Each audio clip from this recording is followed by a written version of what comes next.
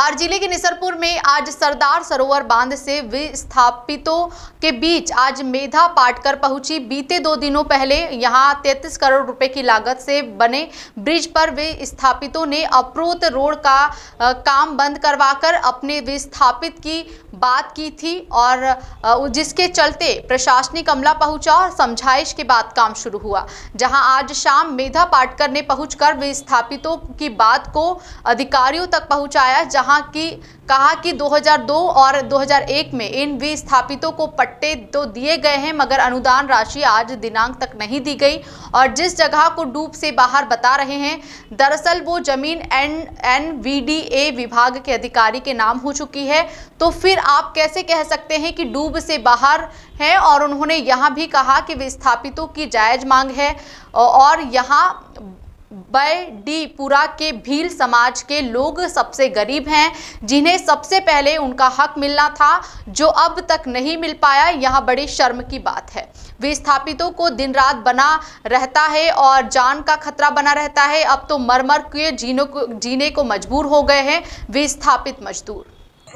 विस्थापित तो पिछले 2 दिन से लड़ रहे हैं, क्योंकि ये जो गांधीनगर का एरिया है ये पानी से घिरा हुआ है और ये निसरपुर के बड़े गांव का हिस्सा है जो प्रभावित हिस्सा है और इनके बहुतांश घर भूमि अधिग्रहित करते हैं, वैसे घर अधिग्रहित हो चुके हैं। इनमें कुम्हार हैं, इनमें मछुआरे हैं, इनमें भूमिहीन हैं।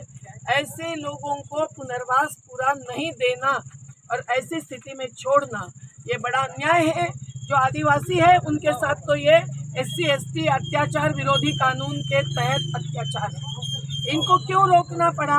क्योंकि जो रोड अभी आ रहा है निसरपुर के लिए वो जरूरी है और वो सीधे आना भी जरूरी था, लेकिन वो घर पर अगर बुलडोजर चलाते हैं तो कैसे होता?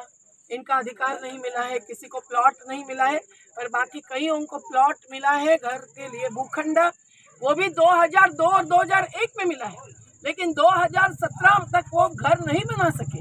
और 2017 में जो घर बनाने के लिए अनुदान 5,80,000 मंजूर हुआ, इसका आदेश निकाला जब हमारा कड़ा संघर्ष चला था, लेकिन आज तक इन लोगों को 5,80,000 न देते हुए एक प्रकार से डूब के बाहर कहते हुए छोड़ दिया गया है।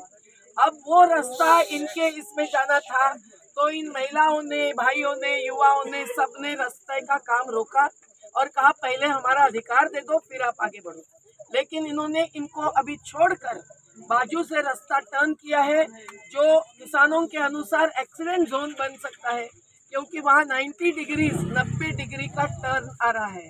लेकिन अभी वो रास्ता उन्होंने इसलिए भी बदला है क्योंकि इनको उनको छोड़ देना है। अब ये छोड़ नहीं सकते हैं।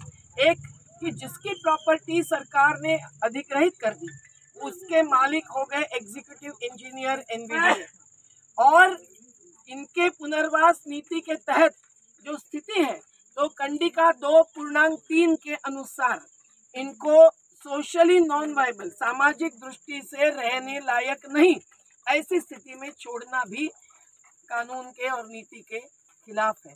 और जिनको प्लॉट दिया है उनको 5.80 देना ही है। ये सब चिल्लाहट होती थी 2019 में जब उपवास